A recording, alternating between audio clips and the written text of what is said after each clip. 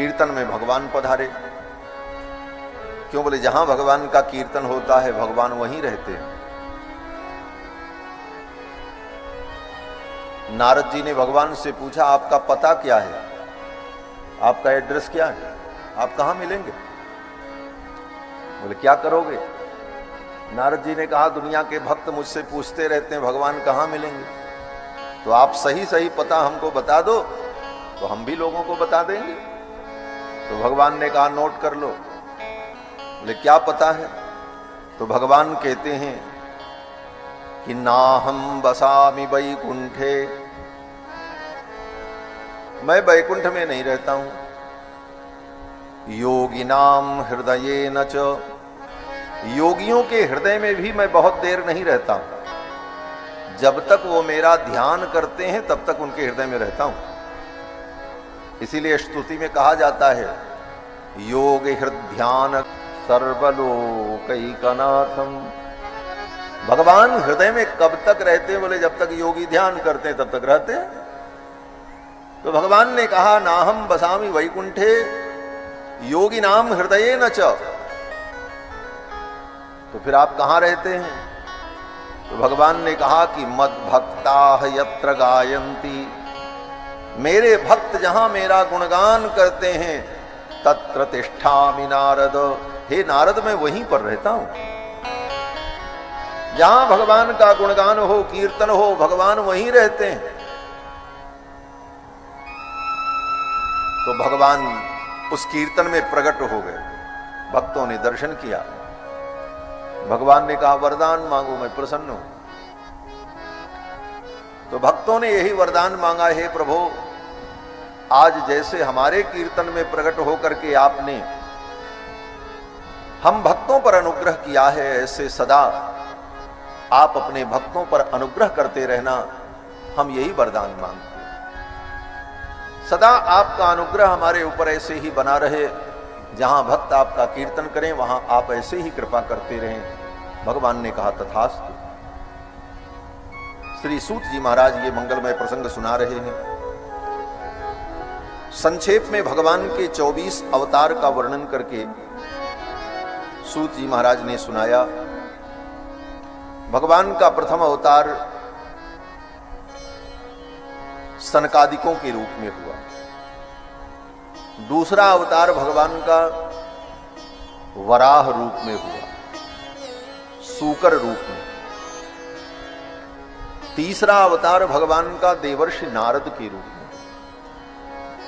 नारद जी भी भगवान के अवतार हैं। चौथा अवतार भगवान का नर नारायण के रूप में हुआ, जिनको हम बद्री नारायण भगवान कहते हैं। बद्रीनाथ नहीं, बदरीनाथ, बदरी, बद्री शब्द ही गलत है। बदरीनाथ, बदरीनाथ का मतलब भगवान नारायण जब महर्षि के पुत्र बनकर के प्रकट हुए, धर्म नाम के महर्षि के पुत्र हैं भगवान। तो महर्षि के पुत्र हैं तो महर्षि का काम है तपस्या करना, तो भगवान भी तपस्या कर रहे हैं पहाड़ में बैठकर। और जब भगवान तपस्या करने लगे तो लक्ष्मी जी को बड़ी दया आई। हमारे प्रभु पहाड़ में धूप और वर्षा सहन करते हुए तप कर रहे हैं, उनकी तपस्या में मैं क्या सहयोग करूं? तो लक्ष्मी जी बदरी वृक्ष बनकर के प्रकट हो गए। बदरी नाम के वृक्ष के रूप में लक्ष्मी जी प्रकट होकर भगवान के ऊपर छाया करने लगी, इसलिए भगवान का नाम हो गया बदरी नाथ। बदरी विशाल भगवान, भगवान तप करने लगे। आजकल राजनेताओं के कारण हिंदू समाज में भी भगवान का लोगों ने बंटवारा कर लिया है। क्या बंटवारा कर लिया? बोले जातिवाद के नाम पर सब जाति के लोगों ने ये हमारे हैं, ये हमारे हैं। किसी ने चित्रगुप्त को, किसी ने वाल्मीकि जी को, किसी ने किसी को ऐसे ऐसे अपने अपने भगवान और इष्ट का बंटवारा करके उनकी नाम पर संस्था और समिति बनाकर उनका प्रचार प्रसार करने में लगे। भगवान सबके हैं, भगवान किसी जाति विशेष के नहीं होते। और मुझे तो हंसी तब आती है उन ब्राह्मणों के ऊपर कि ब्राह्मणों ने भी भगवान का बंटवारा कर लिया। हमारे भगवान कौन? बोले परशुराम जी। क्यों? बोले परशुराम जी ब्राह्मण थे, केवल परशुराम जी ही ब्राह्मण थे। भगवान बद्री नारायण भी तो महर्षि के पुत्र ब्राह्मण हैं। नारद जी ब्रह्मा के पुत्र हैं, वो भी तो ब्राह्मण हैं। सनक सनंदन सनातन सनत कुमार ब्रह्मा के पुत्र हैं, वो भी ब्राह्मण हैं।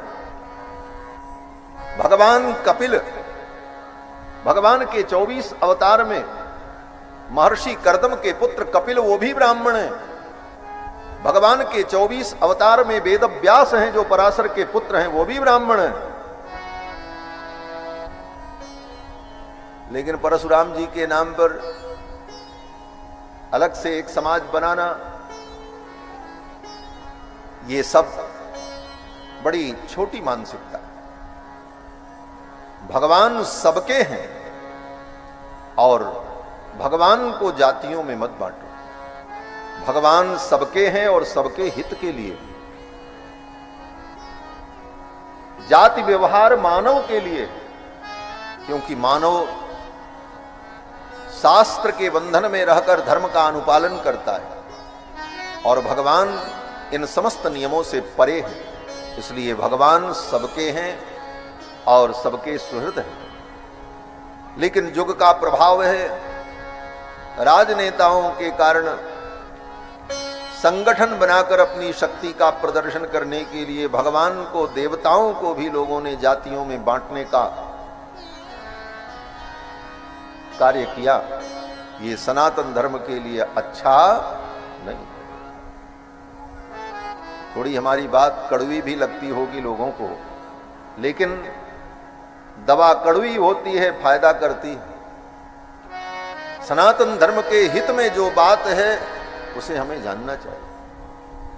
तो भगवान का तीसरा अवतार देवर्षि नारद के रूप में, चौथा अवतार भगवान का श्री बद्री नारायण के रूप में, नर नारायण के रूप में, पांचवा अवतार भगवान का कपिल मुनि के रूप में हुआ और छठवां अवतार दत्तात्रेय भगवान, अत्रि महर्षि के पुत्र, ये भी ब्राह्मण है।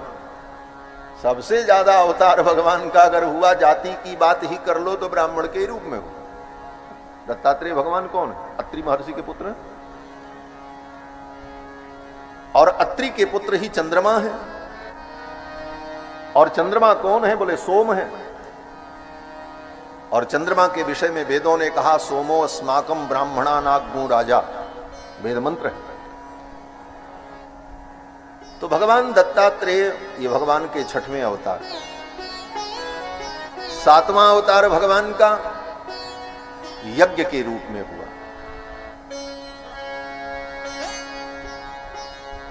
रुचि नाम के प्रजापति की पत्नी आकुति देवी के गर्भ से भगवान यज्ञ नारायण प्रकट हुए। ये भी ब्राह्मण का अवतार है। रुचि नाम के महर्षि की पत्नी आकुति देवी के गर्भ से भगवान यज्ञ नारायण प्रकट हुए। आठवां अवतार भगवान का ऋषभ देव के रूप में हुआ। महाराज नाभि की पत्नी मेरु देवी के गर्भ से भगवान ऋषभ देव प्रकट हुए और भगवान ऋषभ देव ने परमहंस धर्म का उपदेश किया। उन्हीं ऋषभ देव भगवान को जैन धर्म के लोगों ने अपना आदि तीर्थंकर माना।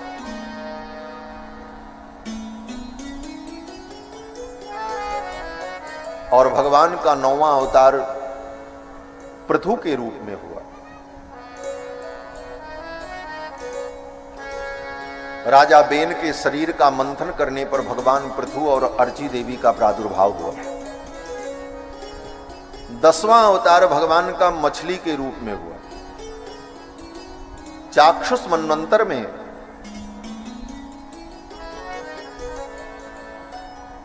महाराज मनु की रक्षा करने के लिए भगवान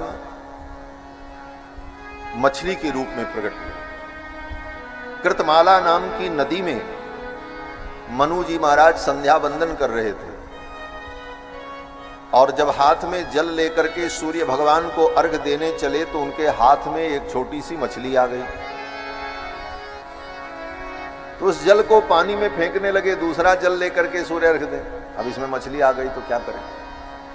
ज्यों ही फेंकने चले वो छोटी सी मछली ने कहा, महाराज मुझे इसमें मत फेंको, बड़ी मछली मुझे खा जाएगी, आप मेरी रक्षा करो। मनु जी ने कहा अच्छा। उस जल को मछली के सहित अपने कमंडल में रख लिया। बोले अब ले चलेंगे वहां घर में किसी जार ओर में इनको सुरक्षित कर देंगे। ज्यों ही जल रख करके सूर्य अर्घ दिया तब तक वो मछली इतनी बड़ी हो गई कि कमंडल में घूम न पावे। और वो मछली कहने लगी, वो मत्स्य कहने लगा, अरे ये कमंडल तो ये पात्र मेरे लिए छोटा पड़ रहा है, किसी बड़े पात्र में मुझे स्थान प्रदान कर। मनु जी महाराज ने उस मत्स्य को एक बड़े पात्र में रखा। थोड़ी ही देर में वो मत्स्य इतना बड़ा हो गया कि वो पात्र भी छोटा पड़ गया। एक तालाब में रखा, तालाब भी छोटा पड़ने लगा। भगवान ने कहा, वो मनु जी ने कहा, आप कौन हैं? कोई साधारण मत्स्य इतनी तीव्र गति से वृद्धि को प्राप्त नहीं होता। आप कोई दिव्यात्मा हैं, कोई दिव्य देवता हैं, आप कौन हैं? उसी मत्स्य के मुख से शंख चक्र गदा पद्म धारण किए हुए भगवान प्रकट हो गए। ये मत्स्यावतार। बोलो श्री मत्स्य नारायण भगवान की। भगवान प्रकट हुए। भगवान का आधा शरीर तो नीचे मत्स्य के रूप में और ऊपर मुखमंडल शंख चक्र गदा पद्म और अत्यंत मेघ गंभीर वाणी में भगवान ने कहा, राजन मैं नारायण हूं और सृष्टि की रक्षा के लिए मेरा अवतार हुआ है। आज के 7वें दिन प्रलय हो जाएगी, सब कुछ डूब जाएगा। तुम एक काम करो, एक सुंदर नाव बना करके अपने महल के छत पर रख लो और उस नाव में समस्त प्रकार के अन्न के बीज और सप्तर्षियों को और अपने परिजनों को सबको उस पर बैठा करके तुम मेरी प्रतीक्षा करना, मैं आऊंगा और तुम्हारी रक्षा करूंगा। कह करके भगवान अंतर्धान हो गए। 7वें दिन प्रलय हुई, सारा संसार जलमग्न हो गया। धीरे धीरे महल के छत पर भी जब पानी आया तब तक मनु जी महाराज ने क्या देखा कि एक बड़ा विशाल मत्स्य उस जल में तैरते हुए आ रहा। वो मत्स्य कोई और नहीं, भगवान मत्स्य नारायण थे। फिर तो मनु जी महाराज ने अपने नाव की डोरी उस मत्स्य के सींग में बांध दी और मत्स्य नारायण भगवान उस नाव को लेकर संपूर्ण प्रलय के जल में हजारों वर्षों तक घूमते रहे। और जब तक वो प्रलय का काल था तब तक उस नाव को लेकर, मनु जी महाराज की नाव को लेकर भगवान घूमते रहे। ऋषि मुनि प्रश्न करते थे और मत्स्य नारायण भगवान उनके प्रश्नों का उत्तर देते थे और ये सत्संग चलता रहा। इस प्रकार भगवान का मत्स्यावतार हुआ। 11वां अवतार भगवान का कच्छप के रूप में हुआ। जब समुद्र मंथन हो रहा था तो मंदराचल पर्वत समुद्र में डूबने लगा। तो मंदराचल पर्वत को संभालने के लिए भगवान कच्छप के रूप में प्रकट हो गए और अपनी पीठ पर उस मंदराचल पर्वत को धारण किया और लेकर के धीरे धीरे ऊपर आ गए। तब समुद्र मंथन हुआ। भगवान का 12वां अवतार धन्वंतरि के रूप में हुआ। समुद्र मंथन से ही अमृत कलश लेकर के भगवान प्रकट हुए। ये भगवान का धन्वंतरि अवतार, 12वां अवतार। और वहीं समुद्र मंथन के प्रसंग में ही भगवान का 13वां अवतार हुआ। 13वां अवतार क्यों हुआ? 13वां अवतार भगवान का मोहिनी अवतार हुआ। असुरों को व्यामोहित करने के लिए, देवताओं को अमृतपान कराने के लिए भगवान ने मोहिनी रूप धारण किया, स्त्री के रूप में भगवान प्रकट हुए। भगवान भी बड़े लीलाधर हैं। भगवान ने सोचा ब्राह्मण के रूप में, क्षत्रिय के रूप में, मछली के रूप में, कछुआ के रूप में, सूकर के रूप में, सब रूपों में मेरा अवतार हो गया। नारी के रूप में मेरा कोई अवतार नहीं हुआ। आने वाले युग में नारियां कहेंगी हमारे साथ तो भगवान ने पक्षपात किया। भगवान ने कहा चिंता मत करो, मैं नारी के रूप में भी प्रकट होकर के आ। भगवान ने मोहिनी अवतार धारण कर लिया और मोहिनी अवतार धारण करके अपने हाव भाव, विलास विलसती के द्वारा उन असुरों को व्यामोहित किया और देवताओं को अमृत पान कराया। भगवान का 14वां अवतार नरसिंह के रूप में हुआ। भक्त प्रहलाद से जब हिरण्यकश्यपु ने कहा तेरा भगवान कहां है, प्रहलाद जी ने कहा सब जगह है। बोले तो इस खंभे में हमको क्यों नहीं दिखाई पड़ता है? प्रहलाद जी ने कहा हमको तो दिख रहे हैं खंभे में भगवान, अब तुमको न दिखे तो ये तुम्हारी आंख का दोष है। हिरण्यकश्यपु जान गया विष्णु बड़ा मायावी है, लगता है इस खंभे में वो आ गया है, मेरे पुत्र प्रहलाद को दिख रहा है, हमको नहीं दिख रहा। और हिरण्यकश्यपु ने उठ करके उस खंभे के ऊपर एक मुष्टिका का प्रहार किया, खंभा टूट गया और उस खंभे के अंदर से नरसिंह भगवान प्रकट हो गए। बोलो लक्ष्मी नरसिंह भगवान की। भगवान का नरसिंहावतार हो गया। गर्जना करते हुए नरसिंह भगवान प्रकट हुए और हिरण्यकश्यपु के वक्षस्थल को विदीर्ण कर दिया, भक्त प्रहलाद की रक्षा की। ये भगवान का 14वां अवतार। 15वां अवतार भगवान का वामन के रूप में हुआ। महर्षि कश्यप की पत्नी अदिति देवी के गर्भ से भगवान वामन के रूप में प्रकट हुए। भादों के महीने में शुक्ल पक्ष की द्वादशी तिथि को श्रवण नक्षत्र में दिन के ठीक 12 बजे अदिति के पुत्र बनकर के भगवान प्रकट हुए वामन। और फिर वामन भगवान ने राजा बलि के यज्ञ में जाकर 3 पग पृथ्वी मांगने की लीला में राजा बलि का सर्वस्व ले लिया और राजा बलि पर अनुग्रह किया भगवान ने। ये वामनावतार है। वामनावतार की कथा का संकेत वेदों में भगवान ने किया। त्रीणि पदा विचक्रमे इदं विष्णुर्विचक्रमे त्रेधा निदधे पदम। इदं विष्णुर्विचक्रमे त्रेधा निदधे पदम। 3 पद में ही जिन विष्णु ने सब कुछ नाप लिया, सब कुछ ग्रहण कर लिया।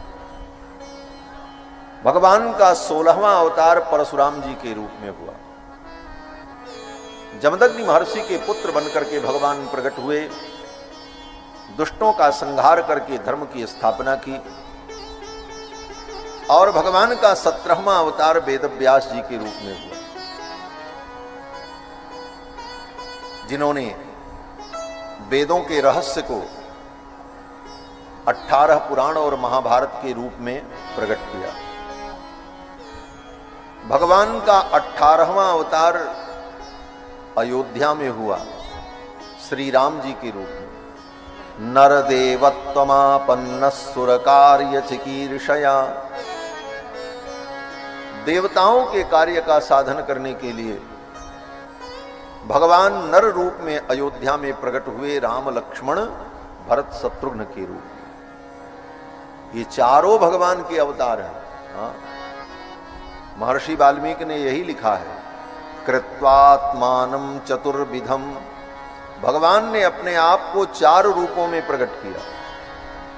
वेदव्यास जी भी यही लिखते हैं, चतुर्धा गाध हरि ही। 4 रूपों में भगवान अयोध्या में प्रकट हुए। ये भगवान का 18वां अवतार और 19वां अवतार भगवान का बलराम जी के रूप में हुआ। 20वां अवतार भगवान का श्री कृष्ण के रूप में हुआ और 21वां अवतार भगवान का बुद्धावतार हुआ। भगवान बुद्ध, बुद्धो नामना जनसुतः कीकटेषु भविष्यति। जब भागवत की रचना की वेदव्यास जी ने, उस समय बुद्धावतार नहीं हुआ था, होने वाला था। इसीलिए वेदव्यास जी कहते हैं बुद्धो नामना जनसुतः कीकटेषु भविष्यति, भविष्य में होंगे। भागवत की जब रचना हुई उसके बाद बुद्ध भगवान का अवतार हुआ है। लेकिन आज जिनको सारी दुनिया बुद्ध मानती है, गौतम बुद्ध, वो बुद्ध नहीं। उन बुद्ध से पहले बोध गया में एक क्षत्रिय कुल में, कहीं कहीं पर लिखा है ब्राह्मण कुल में, बुद्ध भगवान का अवतार हुआ। और बुद्धावतार का प्रयोजन है सम्मोहाय सुरद्विषाम। जो आसुरी प्रकृति के प्राणी थे उनको व्यामोहित करने के लिए भगवान बुद्ध का अवतार हुआ।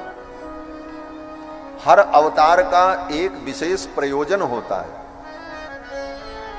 यद्यपि सामान्यतया तो ये कहा जाता है जब जब होई धर्म कै हानि बाढ़ी असुर अधम अभिमानी तब तब प्रभुधरि विविध शरीरा। गीता में भी भगवान कहते हैं यदा यदा हि धर्मस्य ग्लानिर्भवति भारत अभ्युत्थानम धर्मस्य तदात्मानं सृजाम्यहम् परित्राणाय साधूनां विनाशाय च दुष्कृतां धर्म संस्थापनार्थाय संभवामि युगे युगे। ये सामान्य कारण है भगवान के अवतार का, लेकिन हर अवतार का एक विशेष कारण होता है। जैसे मत्स्यावतार भी धर्म की रक्षा के लिए हुआ, लेकिन मत्स्यावतार का विशेष उद्देश्य क्या था? मनु जी की रक्षा। मोहिनी अवतार भी धर्म की रक्षा के लिए है, लेकिन मोहिनी अवतार का विशेष प्रयोजन क्या था? बोले देवताओं को अमृत पिलाना। क्या था? बोले मंदराचल पर्वत को धारण करना। उसी प्रकार बुद्ध भगवान का जो अवतार हुआ उसका मुख्य प्रयोजन क्या था? बोले जो आसुरी प्रकृति के प्राणी थे उनको भ्रम में डालकर, उनको व्यामोह में डालकर वैदिक मार्ग से उनको बाहर कर देना। सम्मोहाय सुरद्विषाम वेदव्यास जी कहते हैं। कारण बोले कुछ आसुरी प्रकृति के प्राणी ऐसे थे जो वैदिक मार्ग में रहकर वेदों के कर्मानुष्ठान को करके शक्ति प्राप्त करते और लोगों को दुख देते। ऐसी स्थिति में भगवान ने अवतार लेकर के उनको ऐसी पट्टी पढ़ाई। बुद्ध भगवान ने कहा कहां तुम वेदों के चक्कर में पड़े हो? हाँ, ये वेदोद कुछ नहीं है, ईश्वर नाम की कोई चीज नहीं है। आत्मा भी ज्ञान मात्र है और यह आत्मा जो ज्ञान मात्र है, जिन जिन वस्तुओं का ज्ञान आत्मा को हो रहा है वो सब ज्ञान समाप्त हो जाए, शून्य हो जाए, इसी का नाम निर्वाण है। उस निर्वाण को तुम प्राप्त करो, ये सब चक्कर में मत पड़ो। बुद्ध के इस उपदेश को सुनकर के वो आसुरी प्रकृति के जो प्राणी थे वो सब वैदिक धर्म छोड़ करके वैदिक धर्म से विमुख हो गए और शून्यवादी बन गए। अगर वो वैदिक धर्म में रहते तो वैदिक धर्म की बहुत बड़ी हानि होती। इसलिए भगवान ने उनको व्यामोह में डाल करके दूर कर दिया। हमारा ही अंग जब अन्य अंग को नुकसान पहुंचाने की स्थिति में होता है तो चिकित्सा शास्त्र कहता है उस अंग को काट करके अलग कर दो। तो बुद्ध भगवान ने ऐसे आसुरी प्रकृति के प्राणियों को व्यामोहित करके वैदिक मार्ग से बाहर का रास्ता उन्हें दिखा दिया, जिससे वैदिक मार्ग शुद्ध, पवित्र और व्यवस्थित बना रहे। बोले वो बाहर जाएंगे तो क्या होगा? बोले अगर बाहर रहकर सदमार्ग पर रहेंगे, सदाचार का पालन करेंगे, तो फिर 1-2 जन्मों बाद पुनः वो वैदिक धर्म के अधिकारी हो जाएंगे, और नहीं तो अपने कर्मों के अनुसार विविध जोनियों में भ्रमण करते रहेंगे। तो भगवान बुद्ध का जो अवतार हुआ उसका मुख्य प्रयोजन यही था। और भगवान का 22वां अवतार बोले अभी होगा। कहां होगा? बोले उत्तर प्रदेश में संभल नाम का जो जनपद है, संभल जनपद में कल की नारायण भगवान का अवतार होगा। विष्णु यश नाम के एक ब्राह्मण के कुल में भगवान अवतार लेंगे, जिनका नाम कल की होगा, और उनके द्वारा दुष्टों का संहार होगा और पुनः शुद्ध पवित्र धर्म का स्थापन होगा। लेकिन ये अवतार कब होगा? बोले कलयुग के अंत में होगा। कल की भगवान का जब अवतार होगा तो कलयुग समाप्त हो जाएगा। कलयुग जब अपनी चरम सीमा पर होगा,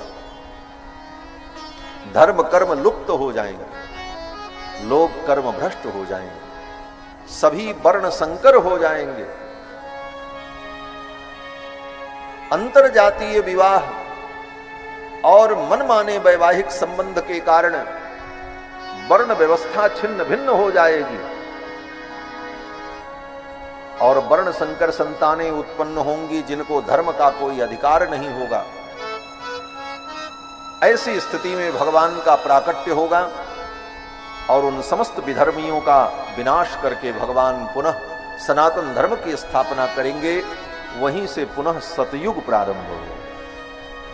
इन सब विषयों का वर्णन श्री, थोड़ा आवाज कम करें, इन सब का वर्णन श्री सूत जी महाराज ने सौनकादि मुनियों को सुनाया।